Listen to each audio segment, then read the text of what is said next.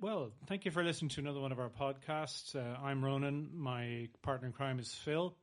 And what we like to do is discuss all sorts of stuff, current events, historical stuff, you name it.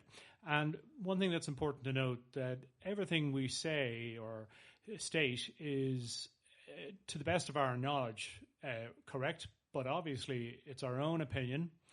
And we are very open to correction, So if you do hear us say something that's just totally bonkers or wrong, feel free to message us and we can obviously make a correction. So sit back and enjoy.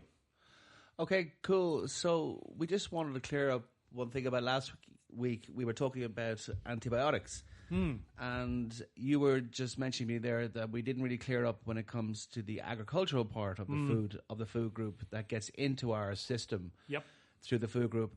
I was asking you, is that quite prevalent in Europe, or is that just a feature of United States agriculture? Well, I'm not sure about Europe. I think it's pretty tightly regulated, to be honest. But I think definitely in the States, cattle are loaded with antibiotics. Because obviously, they're not kept in the greatest conditions. I think we talked previously about they're not on big grassy fields, they're in big dirty feedlots. Basically outside of the EU, or I presume Australia, or where places with a pretty strict regulation, I think that they do use a lot of antibiotics in livestock. And then, of course, that gets it into the food chain. And, despite the best efforts of, say, the medical profession to reduce antibiotic use, unfortunately, the biggest component of, if you like, use is not in medicine, And are they breeding at a prolific rate in terms of the biotics themselves? Or you mean the resistant bugs we talked about? I think it's increasing. It's increasing, but thankfully, still, most antibiotics are still pretty effective as long as you use the right one, and that's important. You don't always use the bazooka. You try and take out the scalpel and use the right antibiotic first. The key is you want to use an antibiotic that's the least strong that's effective, if you know what I mean. Because if you just keep using the nuclear option, then after a while, that's the only one that'll work. Just actually one more thing about drug use, if you like, in agriculture. I was in the Alloy Caves with my better half about 6 years ago down in Clare, and nearby there's a bird sanctuary, and it was really good. They did a kind of a show with all birds of prey and stuff, and one of them was vultures. And, of course, vultures have a bad rep because, they're always, every single film you see, they're always there rolling around the top of the sky, where armies are just being killed and all that stuff. That fella's flesh, I bet it tastes good rotted. But what was interesting was apparently they're quite shy and rather nice birds, shall we say. Okay. They just have a bad rep. Jeez, that is a bad rep then. I've never heard that before. Oh, yeah. Nice. No, I don't think, they're not bad-tempered or they won't attack you. And they'll stay away from you if they're only interested if you're dead. Carrion. Basically, yeah. But just the interesting thing is, in the Himalayas, they said, there was quite a big population of vultures. It's one of their natural habitats or ecosystems. And a huge number of them are dying. And the reason is, in recent years, farmers in the area have started giving their livestock shots of a drug called diclofenac, which is an anti-inflammatory, but probably diphene, Voltarol, it's that sort of thing. And this is because, a lot of cows, and, they've joint pain and so on. And if you have an animal in pain, it's probably not going to thrive. So they give a lot of this stuff to them. And then what happens is if the animal dies and becomes, if you like, carrion for the vultures, they eat this, they get the Voltarol in their system, and it causes kidney failure in the birds. So it's devastating the population of it. It just goes to show, small changes in a natural environment can be quite catastrophic, I think that we have organic food over here now, and organic chicken, organic beef. I don't know how much antibiotics goes into that, to be honest. I presume none. Probably none. That's the assumption. I'd say that's a definite thing. Although my former father-in-law used to work in the Department of Agriculture, and his attitude was, and he's a bit of a cynic, but was something being organic just means there's more shit in it. Oh, really? Which is fine. Like, I always say to myself, why can't we just pay the extra £2 for a chicken? You know, that's been brought up okay. It wouldn't even be that much, I'd say. Yeah, and it's just like we just... I do know what's going on with India now. There's a huge population explosion in the middle class. Yeah.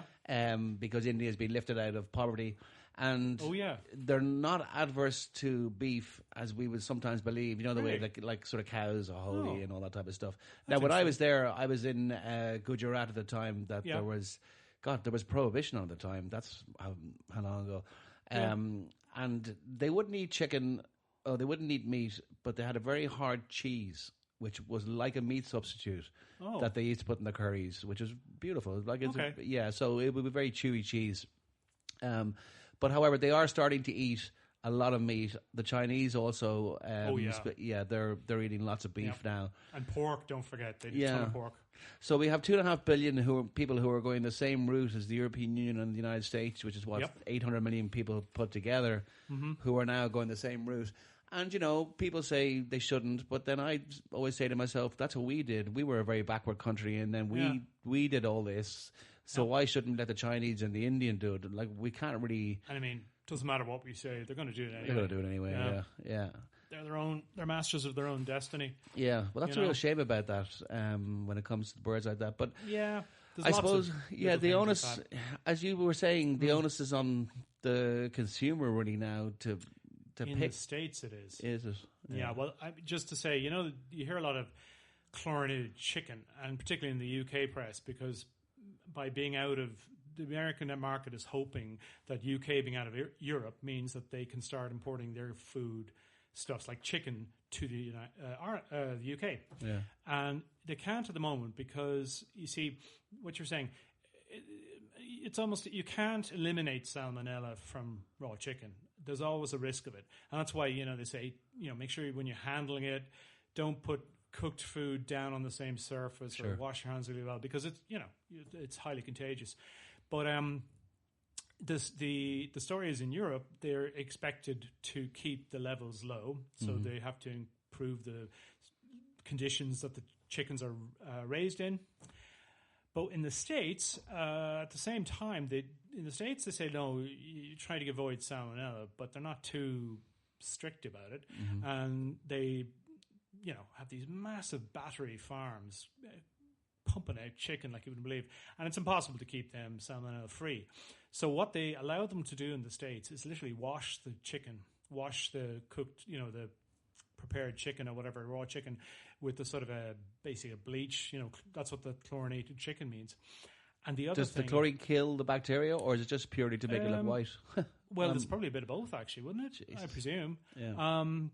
But the bottom line is, so what you mentioned is that the onus in the United States is on the consumer to handle the chicken carefully. So in other words, like, you know, if there's a salmonella outbreak and a family get really sick or something, they'll be sort of it'd be like victim blaming. It says, well, you should have handled it properly. Yeah. You know what I mean?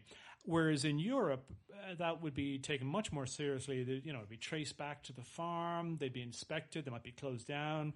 Guys, you got to do ABC. You know, so again, it's a good example of how the EU, for all its faults, is still concerned about its citizens, which I don't think it can't be said for a lot of other parts of the world. You know, I agree with you, but then I go into Tesco's and Super Value and Dunn's. I have to say them all now. I can't take one out, but anyway, and it's like. You did say Dunn's, yeah. Dunn's is great. Yeah, but you have love Dunn's. But you have salads that are inside plastic bags. Oh yeah, and I know, like a mixed salad, right? Yeah. So it would be €1 for the mixed salad, and it's in this huge plastic bag.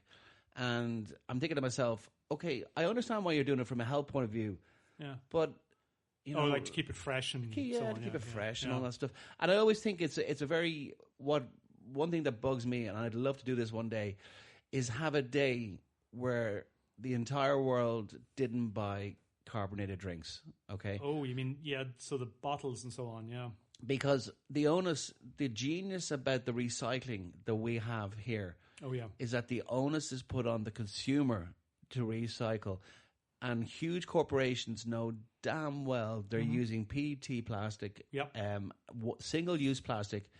Now, they can claim, and I don't know the stats around this, Yep. is it more efficient to deliver a product to the shop one time as opposed to deliver the product, then bring the empty bottles back like they used to do back in the old days? Oh, like wash milk them, bottles and stuff. wash them, clean them, all that stuff, which is actually more environmentally better. Yeah. But the onus is now, so these companies have written on the side of their bottles, recycle me, do this, Yeah, do I've that. seen, yeah. But they know damn well that their product is a one-off use product, which is not good. It's a product that lasts for 1,000 years at least. And I mean, I was guilty as the next person. Same here. Absolutely. I listen, absolutely 100%. But it was a very clever trick that the companies did. Yeah. And I would love if we had, for one day, everybody, starting off with Ireland, everyone said for one day, we're not buying any carbonated drink product. Or even like no plastic bottles today. 100%. You know what I mean? Yeah. And then, okay, that would be one day out of 365. Yep. So it would be 0.3% of their annual sales. Yeah. But man, you do that once, Oh, yeah. and maybe you do it a second time, suddenly they're going to start noticing. True. And they're going to have to do something for this whole single-use nonsense. Because we are, by a nature, I am a lazy bastard. And I will try and recycle. I do try. But the odd time, I just don't think about it. I just throw it in the bin, and I don't think to myself, Christ, I should recycle this. Like, for those of you that don't know, we started this bottle returning scheme. Yep. Where you with the deposit 100%, back. yeah. So you bring your small bottle back. I think you get 15 cents or 25. Yeah, for smaller bottles, 15 cents, and for a bigger 1 liter or so, it's 25 cents. 25 cents. So we are a nation with 5 million people. Since it started, I'm going to guess it's about a year and a half, maybe 2 years ago. I remember end of 23 maybe. End of 23. So we've had 66 million euro at least has not been collected and sent back. Oh, really? You mean in unrecycled bottles? Is out there. So there's 66 million euros of since it started. So even taking the bigger bottle, which you said was what, 25 cents? So that's 264 million bottles. Bloody hell. Have not been picked up. And I wonder what percentage of the total that is. Well, that would be... Yeah, actually, that's a pretty good point. I didn't think about that. Do you know what I mean? If that's, some 60-odd million unreclaimed, you could see, well, then what was reclaimed? I presume it was way, way more. Yeah. Because... I don't know. Yeah.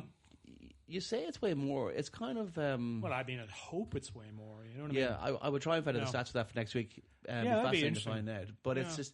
But it's the same thing. The onus is on the consumer. Yeah. Whereas the manufacturers... I don't know. Look, I'm not calling them, capitalist pigs and all that stuff, the usual. But it's just... They're in business to make money for their shareholders, bottom line. And that's what they're doing. But I just think if we had these strikes where we stopped buying the products just for a few days a year... I guarantee you there'll be boardrooms somewhere in, I'm not going to mention the city, but it's in the state of Georgia, so I'm not mentioning the product either.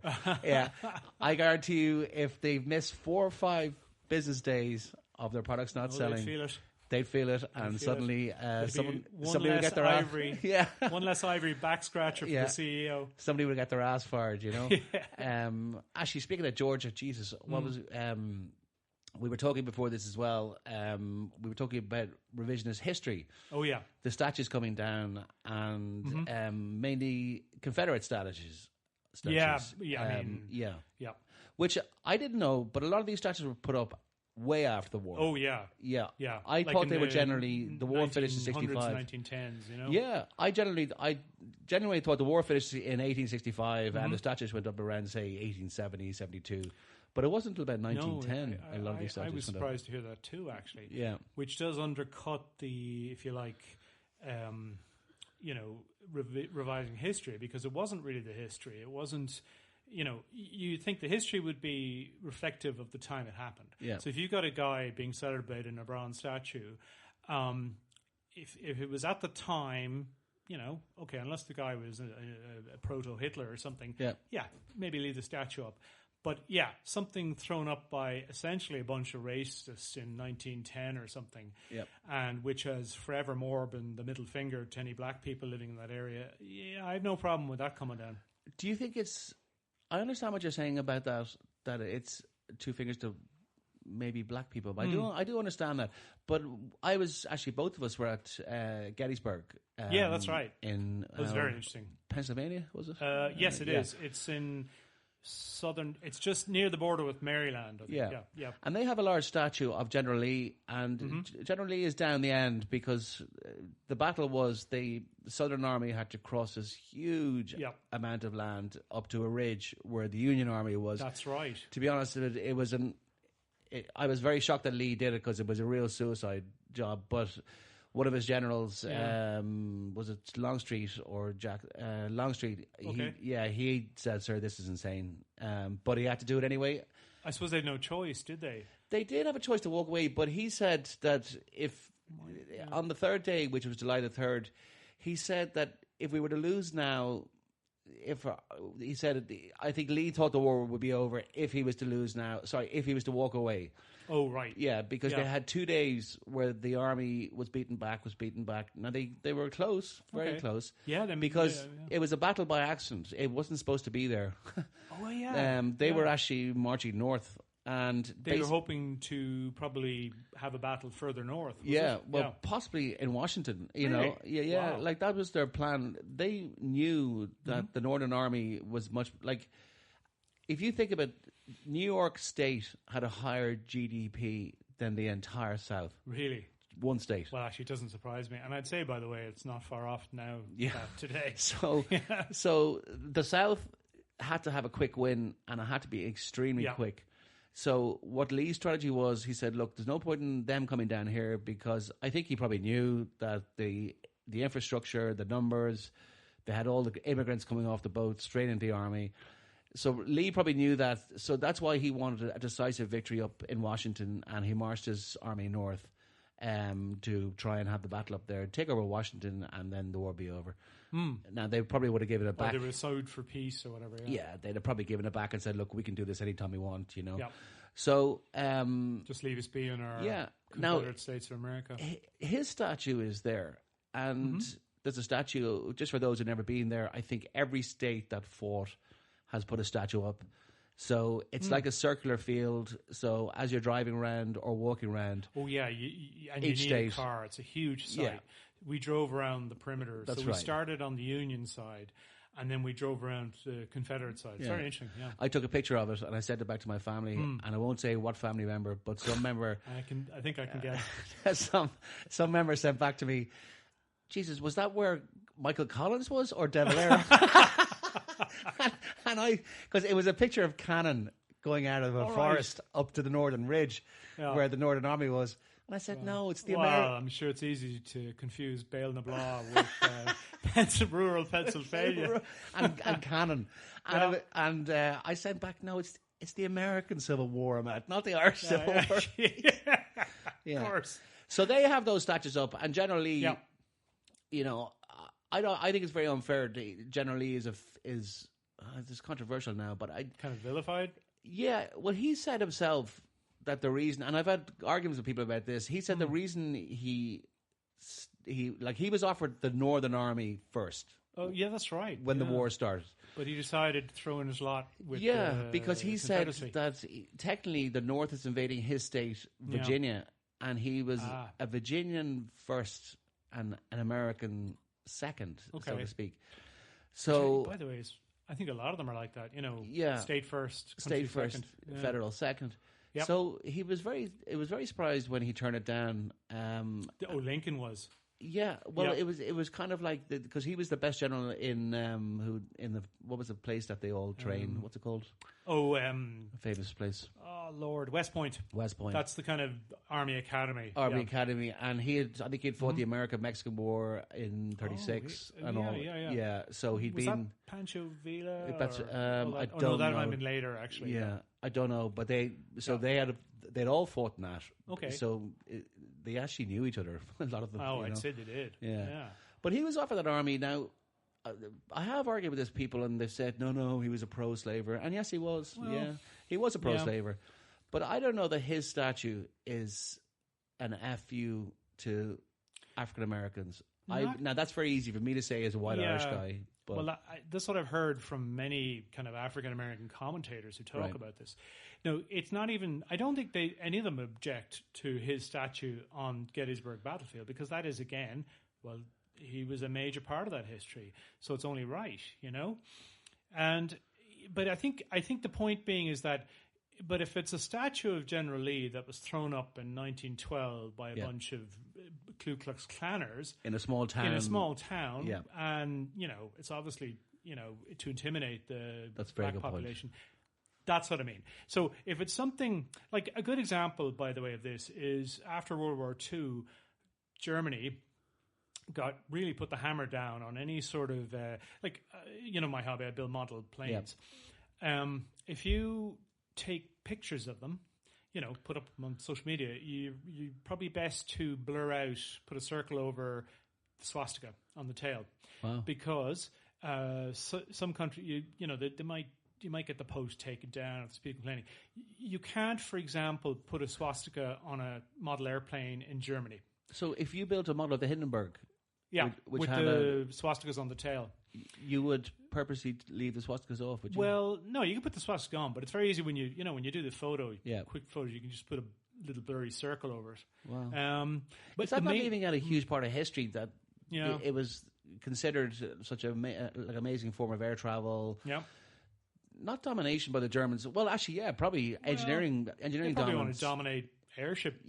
I think you could get the States from Germany in 3 days, I think it was. Probably. Where a ship was 6 or 7. Twice as fast as a ship? Yeah. So, that's amazing you blur it out now. That's interesting. Well, just to clarify, so the rule in Germany, basically, you know, for example, they bulldozed the site of Hitler's bunker and just built a car park over it. What they were trying to do, you know, they were prescient. They thought, like, in the future, another generation will have forgot the horror of this, and then there'll be, you know, it'll be romanticized, and the neo-Nazi movement, and this will be like a shrine for them. So the idea was just to literally wipe the ground and get rid of all Nazi symbolism. Now, the one thing I would say is that if you're doing a history program or a history book or in a museum, fair game, things with swastikas on it, but only in that context, not like on a model kit, which is considered a toy. Yes. You have to be. It's only in certain circumstances. But I was. People might know this, but as part of the new republic that Germany founded after the Third Reich. I presume Federal Republic of Germany, wasn't it? West Germany, yeah. But they had a vote. I suppose for the Democrat, which is anything but. Jesus. I always think if you have any organization in the world, whatever their title is what they're not. So, So I mean, the Nationalist Socialist Party. If you have the Freedom Democratic loving society, they're not free. They don't like democracy. Nope. So, or what was this awful? You remember in Auschwitz above the gate was Arbeit macht frei. Yeah. Jesus, work makes you free, or in truth, you go up a chimney. That's a fantastically Orwellian statement, isn't it? Isn't it, though? Yeah. But they had a vote to take down all the statues of Hitler, because believe it or not, Germany was full of statues of Hitler in 1945. Really? But but as part of the new republic, or the new I wouldn't say Reich, I can't think of the word, but they were a new probably is a Reich state.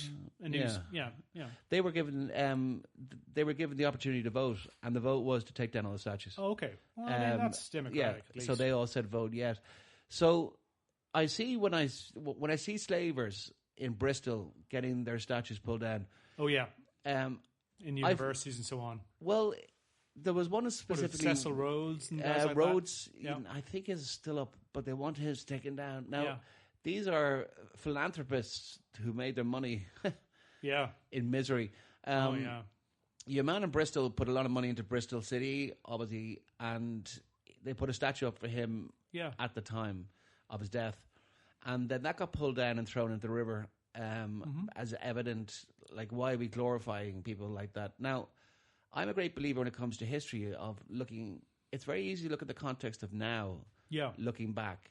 And I always say this to people: how do you think people will look back at us in 100 years' time? Well, inevitably, there'd be stuff. They'll probably say, "Can you believe those guys used to do podcasts, or can you believe whatever, those guys used to drive cars?" Probably, the way we treat trans people now, we're all very And so it's very easy for us to make the judgment of the now about the past.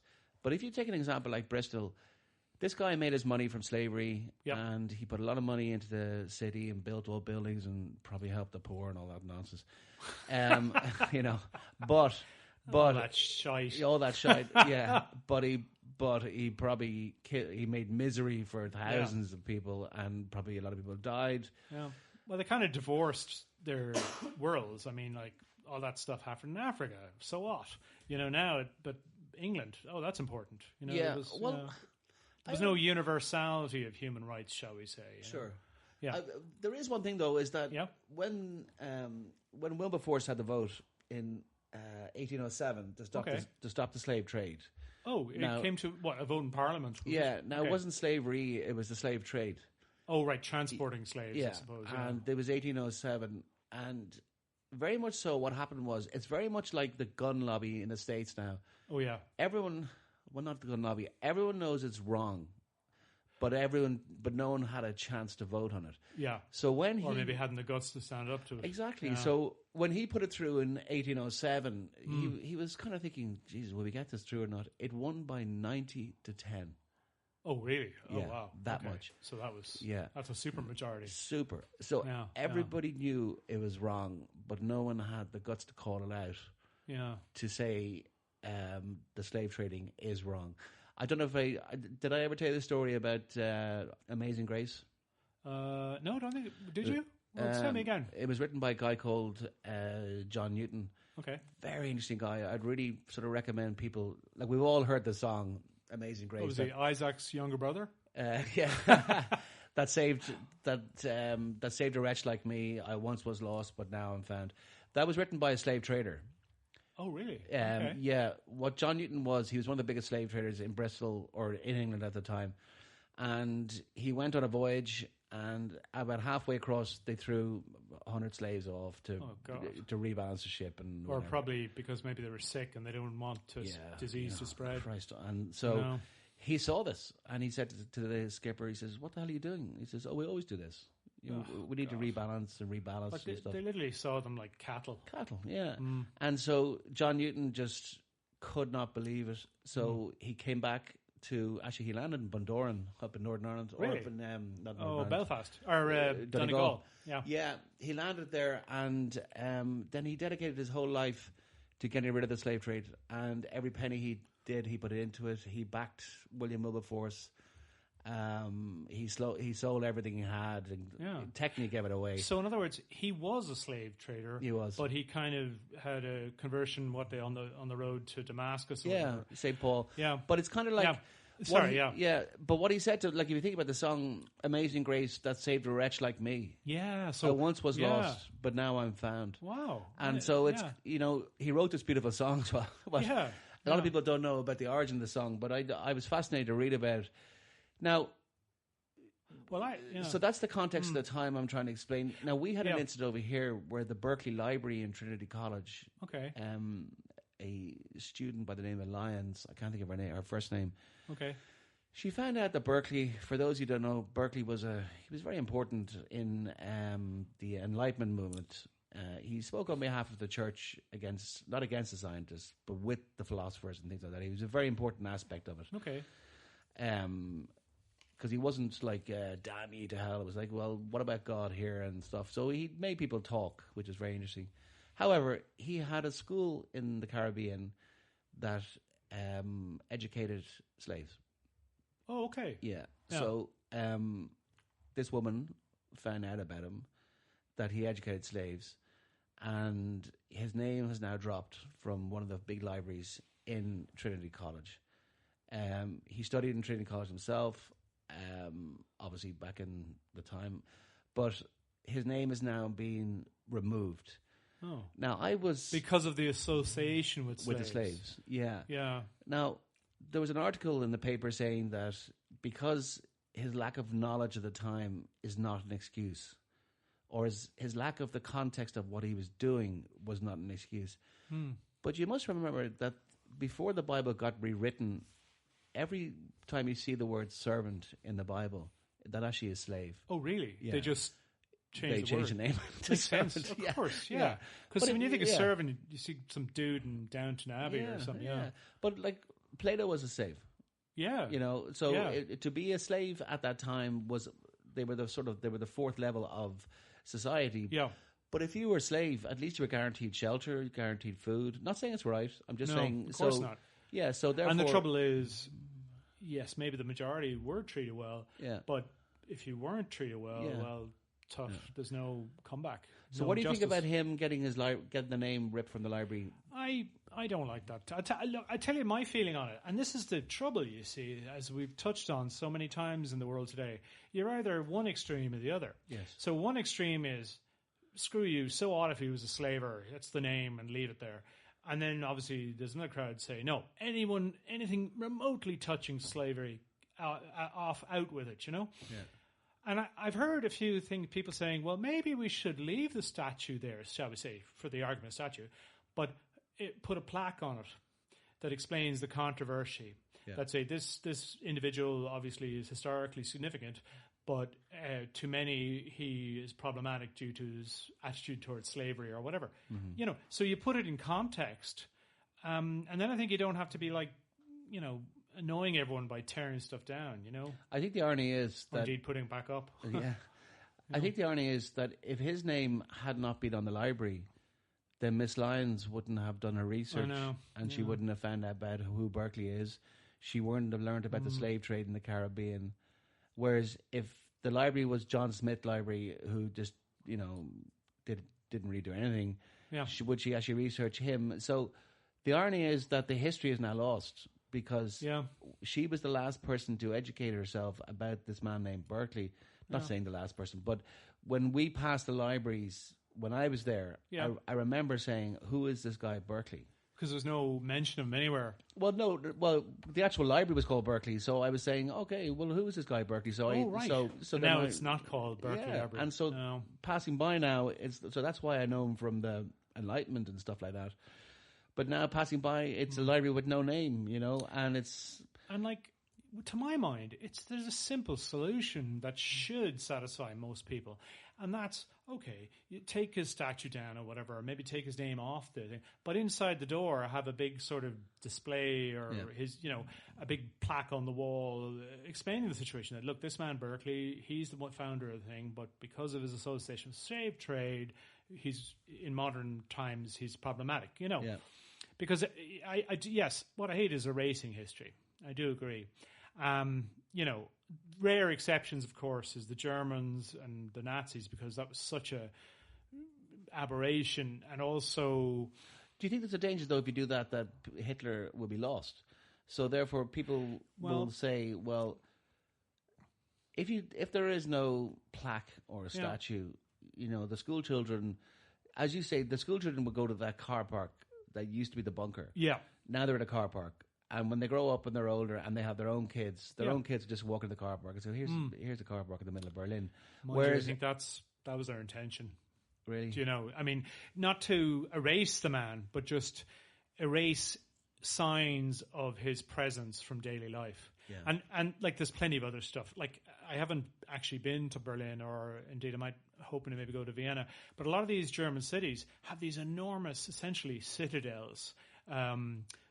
They were called flak towers, and what they were a massive concrete building structure, and on the roof they had heavy anti-aircraft guns, and they were obviously, because the bombing offense against European, they built these buildings that could take a direct hit from bombs and not be destroyed. Really? So the thing is, obviously they tried to demolish them after the war, but I mean, probably would have taken all the explosives in the country to blow up one of them. Same way, where is it in France? They have the submarine, Saint-Nazaire. Oh, that's La Rochelle. Yeah, and they're still there because they're so well built, essentially. They can't be blown up. Yeah. Do you think that those towers in those cities now, do you think the municipalities are now saying to themselves, let's leave them up? I think it was just a practical decision. Really? Yeah, and I think the facts on the ground haven't changed. I mean, even if a new local government said, our predecessors are wrong, we got to get rid of these. Like the army or whoever would say, well, short of a tactical and a nuclear weapon, we can't get rid. What do you want to do? I mean, and also the city is all around it. So if you were to use a gigantic amount of explosives, you'd probably blow up several buildings all around it. So it is what it is, I suppose. It's they're not maintained, and they're all covered in graffiti and all. So they're just people. And again, young people going by probably just have no idea of what they were or what the significance is. So it's just the background, really, I guess. There's a great song by the Pogues. Well, it was written by a guy called Eric Bogle. It's called "And the Band Plays Waltzing Matilda." Oh yeah, and it's a derivative of Waltzing Matilda, the famous Australian song. Yeah. Excuse me. But what it is, though, it's about a guy who fought in the First World War, and he gets shipped back, loses legs. God. And then every year... Probably because there was no antibiotics back then. Yeah, but every year, I know, every year there's they basically sit on the porch and they watch the army go by. I think it's April 23rd. Oh, like it's army parade day or whatever, yeah. I mean, but it's a very sad line, though. He says, and one day he said, the young people said to me, what are they marching for? And he said, and I asked myself the same question. Yeah. It's a very anti-war song. True. And it's also a sign that certainly the Second World War and, it's passing out of living history. Yeah. Like, because, and this is a couple of years ago, so it's even less now, there's something out of the millions and millions and millions of people who served, it's less than 300,000 left now. My God. I mean, if you think about, assume the youngest soldier was 18, but in fact, say 70, even, and if you count the Hitler Youth, 15 or less. So say 15, right? Youngest veterans of the Second World War. So they were born in 1930. And so they're 95 today. My God. And not many people do reach that, age. It's quite a milestone. So I must say our generation, us, we're in our 50s now, but we genuinely knew and met people and talked to people who could give us, had direct experience of the Second World War. It was fascinating stuff, I remember talking with my two nephews. Oh, yeah? Give me a second. And maybe you should go outside and have a cigarette, do you think? No, hang on a second. I'm going to cut this bit out. That's 37 and 54. Okay. We were talking to my nephews, and there was a guy on our table, and he was part of the D-Day invasion. Oh, wow. He was a medic. How long ago was this, by the way? I'm going to guess about 20 years ago, maybe. Yeah, that'd be about right. Yeah. Because and it'd be maybe 80 odd then. He'd never known. Sorry, he never really talked about it. But we encouraged him to talk about it. He was a medic in the D-Day invasions, and he was second wave. And he did say, not that the Germans were picky. Yeah, he said, but they really didn't shoot medics. So he didn't have a gun. I think they didn't deliberately shoot them. Yeah. But if they're. But I mean, if you're spraying machine gun bullets everywhere, then they'd be hit. But it was kind of like it was an unwritten rule amongst them all that you don't shoot the medics because the Germans. Yeah, and I think that went both ways. Yeah. And so he in Europe, I think the Japanese didn't shoot it. But it was kind of like he was telling us the whole story about it, and then he was talking about. He talked about the march from the beaches to Berlin. Yeah, he was part of Patton's army. He went the whole way. Yeah, he was part of Patton's army. Yeah. Wow. And he said that when they got to Berlin, they were told to wait in the outskirts of Berlin because the Russians wanted to. I think maybe like 30 miles away or something, and they were told to stop. They were told to stop, and they'd seen so much evil on that march of what the Nazis were doing. Yep. The death camps and so on. Death camps and so like they were ready. Yep. I mean, they were going to go into Berlin. Oh yeah. Now they would have done less than what the Russians did, but I think Stalin insisted. The death toll would still have been spectacular. Yeah, and I think Stalin insisted that the Soviets were going to take Berlin. Yeah, and you know, it was interesting. Eisenhower, I've obviously read lots of it about this period, and I think you have too.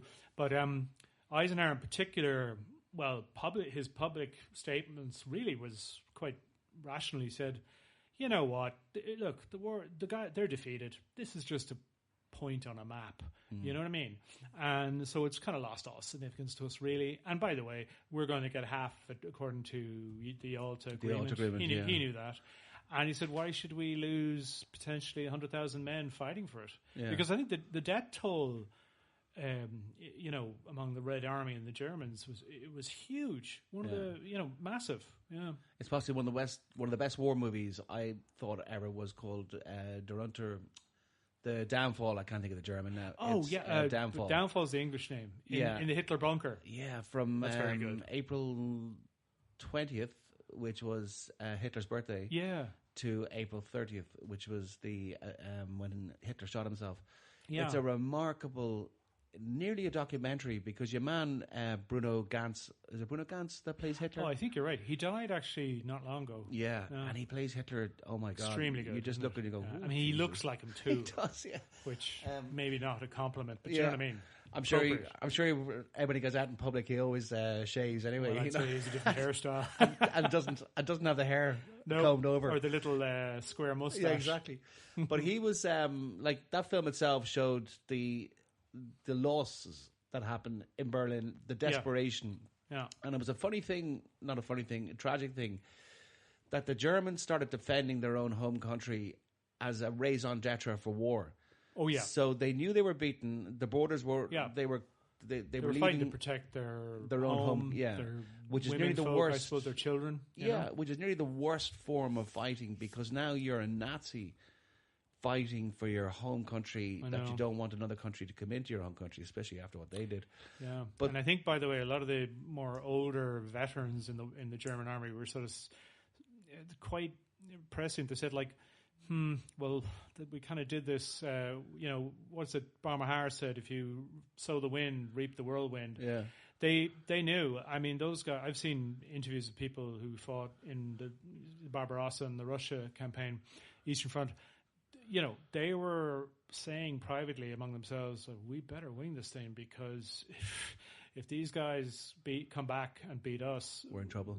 Because look what we've done, and they're going to pay us back. They're not going to turn the other cheek here, you know. And they were right to an extent. Well, I think a large part, the reason the war didn't finish on May the 13th, and correct me if I'm wrong, you know more about the Second World War than I do, was that Dönitz, who had taken over. Oh, I think officially was May 8th. Yeah, but Dönitz, actually, do you know what? There was a signing of an armistice or a surrender document, I think, on the 7th, but in Eisenhower's headquarters in Reims or whatever, and some unfortunate Red Army liaison guy signed it on behalf of the Soviet Union. And Stalin was not pleased. I'd say it was Gulag for him. Gulag.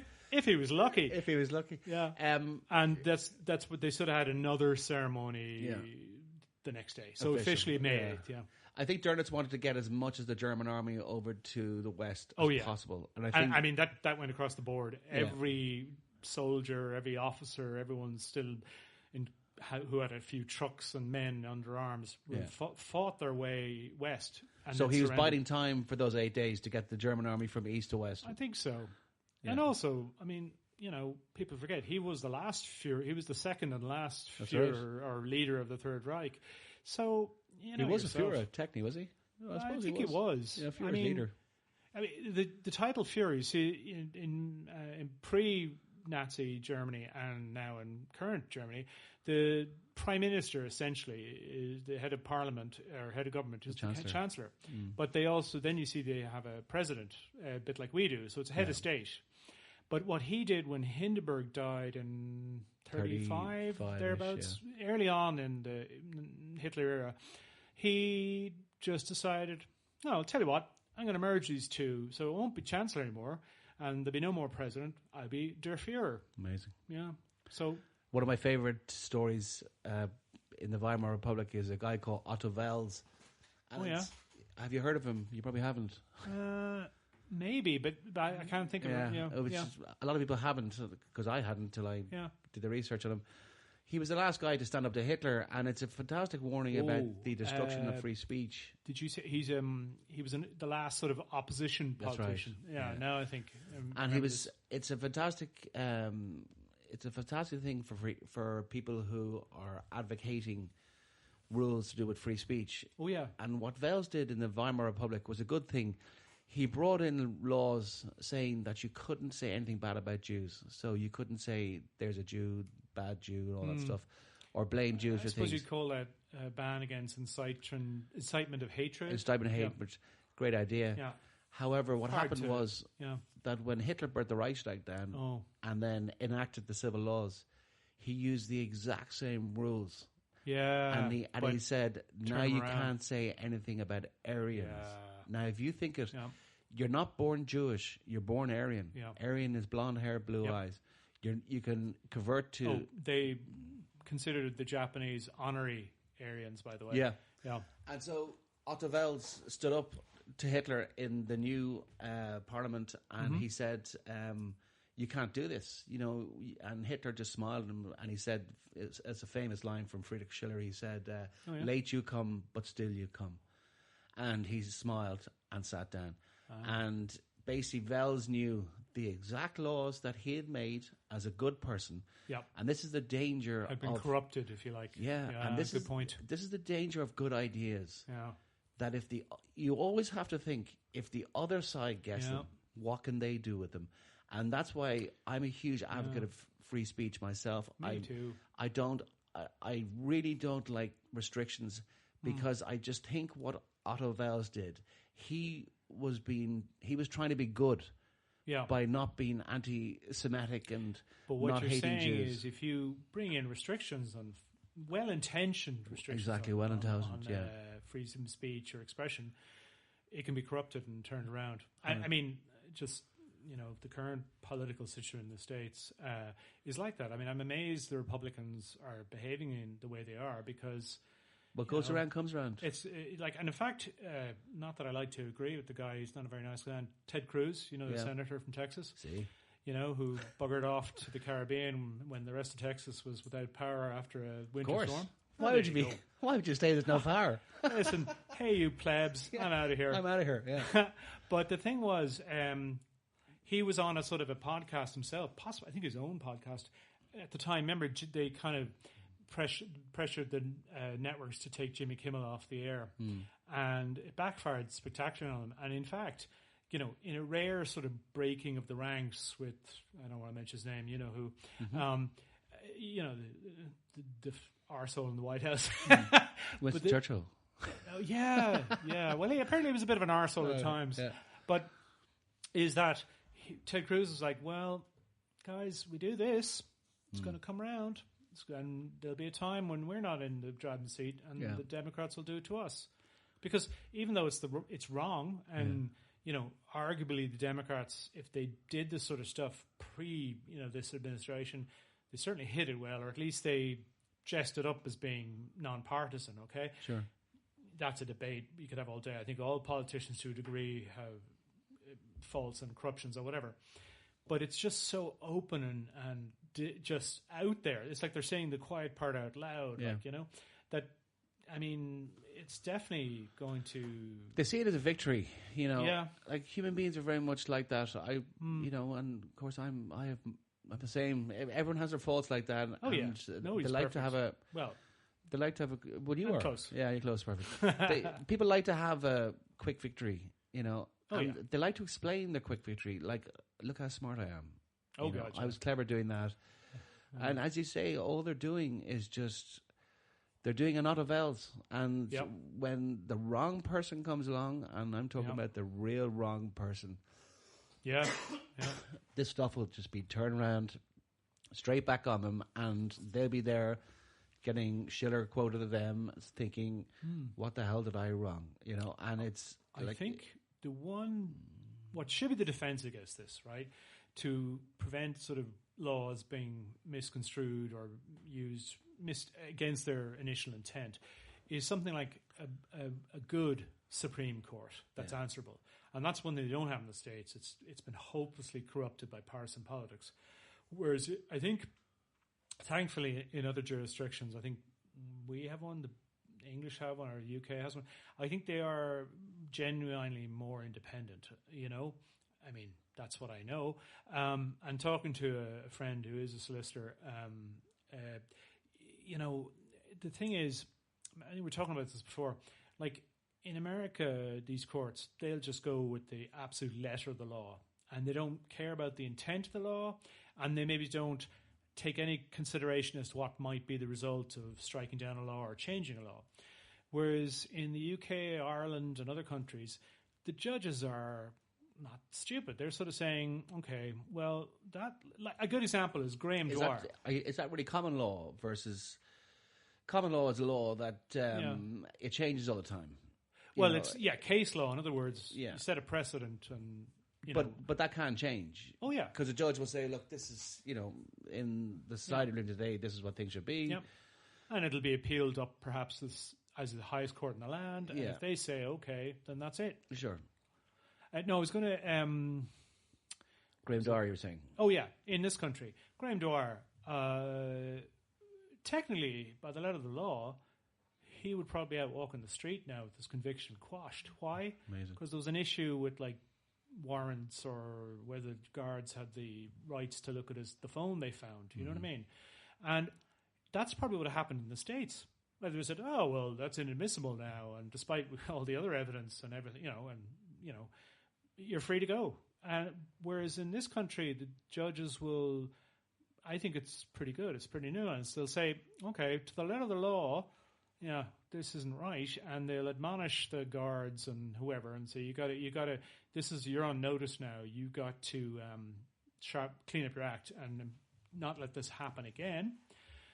But in the interest of public safety and maybe to avoid a mob coming down on the courthouse, they'll say, but his conviction stands. I think that justice in itself is quite an interesting concept. Is that I've asked people a question sometimes to define what justice is, and because it was a lawyer friend of mine asked me that. Very different things to different people. 100%. And he asked me that question. We were talking about justice and this and justice that and justice, and he said to me, "What is justice?" And I went, "Oh." I said, "Well, it's what's doing is right. What's right?" And he said, "So white South Africans." White South Africans, when they had apartheid, they were right. Yeah. Or indeed, pre-Civil War United States, totally, it's totally legal to... And he said that. And he said, no, they were right. Yeah. And I said, no, they weren't right. They were keeping the black population down in South Africa. He said, no. By the letter of the law, they were right. By the letter of the law, and what they thought they were doing was right. Yep. And... brilliant. I mean, it's brilliant. So I asked him, what do you think justice is? And he said, do you know what he said? Go find out. He said to me. Do you know what else I tried to. Kind of addresses this is, and I think it's very good, we have a very good constitution. I mean, a constitution is meant to be it is, and it's meant to be a living document so that, the people who wrote it, say 100 years ago, were smart enough to realize that, look, what's right now might not be appropriate 100 years from now. So we put in a mechanism to change it, and essentially that is by referendum. So it's very democratic. I think the Indian constitution is based off the Irish one. Is it? The Irish one became quite a good document, like a standard document for a lot of countries. Wow. Written for the constitution. Obviously, the ultimate constitution is the US Constitution because it was the first. And it was, well, that's true. I think it was. Was it? Or did the French... Oh, yeah, it would have been the first, because it predates certainly predates 76. The French Revolution, doesn't it? Yeah. I don't know if Cromwell had one in 1641 when he lobbed the king's head off. So I don't know. When was the or was Parliament itself was the Constitution, I think. I think that's how England works. Parliament is the Constitution. They say there's no written Constitution in the UK, but there apart from the Magna Carta, was it? Well, it's Parliament is the Constitution, so all the scrolls underneath is what the Constitution is. Yeah. But there's no written book. Yeah, you know what I mean? There's not like a document with articles of the Constitution written on it. Yeah. One of the things, like you mentioned, obviously the US is the most famous Constitution, and it's the founding fathers, shall we say, always intended it to be a living document. Yeah. But again, as a result of this hyper-partisan stuff you have the last 30 years in the States, I think the last amendment, the Constitution was about 30 years ago. in the 90s, and it was just a procedural thing. It wasn't even like a big Really? deal. Yeah. Wow. So I saw the Magna Carta in. There's about 4 or 5 of them left in Britain. And it was in Winchester Cathedral, I think it was, and it was kind of really, I didn't expect it to be there, and but Winchester was like, it was technically the founding of England. Not the pub in Simon. What's that movie? Simon Pegg with the zombies. Oh yeah, Shaun of the Dead. Shaun of the Dead, brilliant. Yeah, the pub was called the Winchester. Brilliant. But it was a document there, and it was great to see it because it was kind of like this was done in 1215. It was done. Was it? Was that and it was the last king of England to be named John. There's been no more John since. That's right. Yeah, you mentioned it. Yeah. He pissed away all the money fighting France, and he was skint. And the barons were, and he still wanted to fight France. And the barons said, Charles II had his head lopped off. So Charles the First. Was it the first? Sorry. Yeah. And he pissed all the England's money away, pissed all the barons' money away, and the barons just says, "All right, hang on a second here, hold on." Yeah. So basically, they took his power from him. Right. Not all of his power, but they said, "Look, you're going to have to run things through." In other words, he wasn't an absolute monarch. Yeah. So it wasn't his word as final. So these people were barons at the time. So they were the formation of, I suppose, the first not House of Commons, but House of Lords, probably. Because probably. There wasn't a Commons yet, but that did develop into the Commons. Right. It was like the precursor, the prototype or whatever. Yeah. And it was it was the first time, I think, a king, Cromwell was the first guy to take on the divine right of kings, which is, if you think about it in 1640, 41-ish, what an amazing thing to do is to say, hang on a sec, the king is not appointed by God. Yep. Now imagine you're a peasant living then, or even a lord, one of the guys in Monty Python, yes, with your mud, and there goes the king. Yeah, how do you know he's a king? How do you know? He's no shit on him. and he says, "I am your king," and I was given Excalibur by the Lady of the Lake, and he goes, watery bins handing out weapons is not a model for good democracy. for a form of government. Yeah, form of government. She says to him, I didn't vote for you. And he goes, but you don't Nobody vote for votes kings. for me. You don't vote for kings. Well, how'd you become king then? And then they start saying that they're part of an anarcho collective. Honestly. For anything foreign, they meet once every 2 weeks. For anything domestic, they meet once a week. Michael Palin basically explains a whole political structure as he's taking all this mud and muck. Oh my god! They're basically digging around in the muck. It's such a funny movie. So fantastic. But what was it? Just to say, oh god, my thoughts. Oh, just to circle back just before we're done about the slave thing. There's a couple of things. Number one, this is, I suppose, an aside. My dad is a kidney specialist. He's retired now. Mm-hmm. But he did a lot of his postgraduate training in the United States. Yeah. And lived in Boston for about 8 years. And he noted that black Americans, or Afro-Americans, if you like, people that were, say, descended from slaves, as opposed to, say, more recent immigrants, sure, had a very, very, very high incidence of high blood pressure and then kidney failure as a result. Is that to do with salt? Something to do with salt? Yeah. I think I may have told this before. No, I didn't hear this. Oh, you okay, fair enough. Yeah. It was, just, you mentioned about the boats, and it was a hellish journey. So a huge amount of them died. But if your genetics were that you held on to salt, if you like, you could survive dehydration far better than someone else. But the flip side is, so then you're the seed of the Afro-American population, if you like. People alive today, many of them are descended from them, have a much higher rate of high blood pressure, kidney disease, because of they've too much salt in their system, essentially. So their system would hold more. So if they eat a bag of crisps, say, their system would hold more salt off those crisps than any other. And of course, if you have, say, what is it, osmosis, osmolality, or whatever, you have more concentration of salt in your body. You're going to, hold on to water much better. And that's the key, because dehydration was a killer.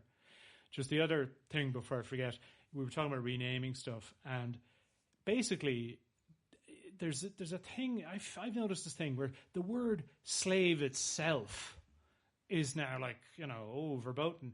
And a good example was going back to pop culture, Star Wars and what's his name, Boba Fett. The guy, he had this spaceship. First appears in. Was he the bounty hunter? Yeah, he was in The Empire Strikes Back. Oh that one. And it's been in subsequent movies. In the ship that looks like an iron. Yeah, and it's weird. It kind of flies on its side or whatever. But anyway, the name of that ship, in the scripts and the movies, the books, Slave One. And I build models, and I like building models of Star Wars spaceships as well because I'm a total nerd. But I was just noticing that the boxing has changed. There's a model of this. It used to be Slave One. Now it's Boba Fett's starship. Wow. Which is ridiculous, The other, equally, another nonsense thing, which I think obviously didn't take off, was, real estate guys, or what do they call them, realtors in the States, they should stop describing the largest bedroom en suite in the house as the master bedroom. Yeah. And I think people just said, will you come on? Yeah. You know what I mean? So, I think if you look, the etymology of the word slave comes from Slav. Right? Oh, that's interesting. Yeah, so it's basically that everybody was a slave. I mean, our patron saint... Oh, yeah, under feudalism or whatever. Yeah, well, not even that. Our patron saint, St. Patrick, was a slave. Yeah, Waterford was... Well, he was essentially a Roman, wasn't he? He was a Welshman. And then he was a Welsh Roman. He was kidnapped, essentially, and brought to Ireland and made a slave. 442, I think it was, or 472, something like that. Yeah. But he was... so everybody was a slave. One of the biggest slave trading ports was Waterford, which is down the road from us. Really? Yeah. Wow. Bristol was a slave. The Moors, the first war the US had was with the Barbary pirates off the north coast of Africa, who were slavers. And were they attacking US trade ships, is it? No, they were attacking US ships and taking people off them as slaves. Dear God. There's down in Baltimore and West Cork, there's a famous incident where an Algerian pirates came in one night and nicked half the town. What? Really? Yeah. So, 250 years ago? I'm going to guess around 1630, 1640. Okay. And, my goodness. I know, so... A bunch of white Irish in those days would not have done well under an African sun. Well, the funny thing is, I saw, not funny, when I say the word funny, but it's not. I suppose it's just extraordinary. Yeah, extraordinary. Yeah. They were doing a documentary about people in the Caribbean, and they went to these shanty towns, and there was a lot of African descendants there. And then suddenly there's these 5 people with red hair. Oh, yeah. and freckles. And they spoke in a Jamaican accent. And they were Irish, the descendants of Irish slaves. Bad, isn't it? That were sent over there. So, one of the biggest slave traders in the world were the Arabs, the Barbary Coast. Oh, yeah. Mm-hmm. Zanzibar. There's a guy called Tipu Tip down there, and Tipu Tip is considered the biggest slave trader in history. Yeah. The British were Portuguese, Spanish, French was the Atlantic slave trade. Yeah. The Slavs themselves, obviously. They were basically serfs. They were serfs. They were feudalism. Lasted quite a long time under the Tsars, didn't it? Yeah, and then you had slavery in China. You slavery in ancient Rome. You slavery in Greece. It was just slavery, a given. Slavery if you was conquer a human people, thing. Your treasure, your bounty. Yeah, and I suppose. I think with the African Americans, they sort of see themselves. The irony is they're not. They were the last slaves of what we know about. Now, there's 50 million people alive today who are probably slaves. And I would say slavery in places like the Middle East and stuff was pretty prevalent beyond the U.S. Civil War. Maybe, I could be wrong. I would just say that I don't think you're saying that as this isn't a justification for not at all. And saying, oh, no, slavery's grand. What are you talking about? No way. No, I think it's just to say that it's a much bigger issue. Yeah. I mean, for example... a very good friend of mine who, as he describes himself as a brown boy or whatever, his mum's Indian, his dad's English.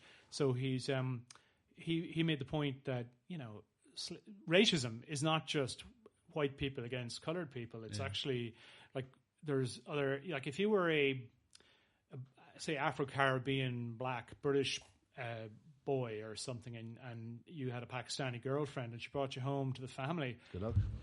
Well, you'd be lucky to get out of the house, and Yeah. she'd probably be an honor killing. I mean, it's like, so there's real hatreds. You know, it's not just. It is amazing that. Isn't Yeah, it? I mean, it's a global problem, and I suppose you could say it's almost being arrogant to say, oh, well, we're white, so we, you know. There is an evolutionary reason for racism. I don't know if you know why, but Well, a fear of others, people who aren't in your tribe. infection. Oh, right, okay, yeah. That it's if you were two tribes, like everybody came from Africa, we know that everyone did. So as tribes developed, Why am I thinking about the Pet Shop Boys? yeah, I know. Yeah. As tribes developed, there's a certain amount per tribe. 150 is the round number. That once a tribe gets bigger than that, then there's people leave the tribe to start another tribe. Right, so it's kind of sweet spot. Yeah, it's Yeah. the maximum number that can be fed and all that stuff. Yeah. For wives and husbands. But people used to dress differently or put paint on them and things like that because they To would like identify themselves. but they would yeah. stand a distance off from the other tribe if they saw. So say you had a blue face, I had a red face. I'd right, stand yeah. back from you and see you, and So I'd if I was Mel Gibson, and I was the English. So Yeah. I would actually stand back from you right, and. because fear of the germs. unknown. Well, germs then wouldn't pass from your group to my group. And I doubt they had any idea about They germ had therapy, no idea. but they had idea. probably observed that when a stranger came to visit, sometimes then people get sick afterwards, you know? You wonder that though, or is evolution such a genius machine that it didn't need to explain to them? It's kind of like it was just Well, yeah, maybe part it's and parcel. instinctual. Yeah, part and parcel Yeah. of evolution. Like It's like, I don't know, dogs. Like when anyone comes to the door, my dog barks his head off. And obviously I hold him by the collar. You know, as soon as I open the door and he sees it's like the postman or someone he knows, he's all happy out. he's all happy out. Yeah. Richard Dawkins talked about memes as opposed to genes.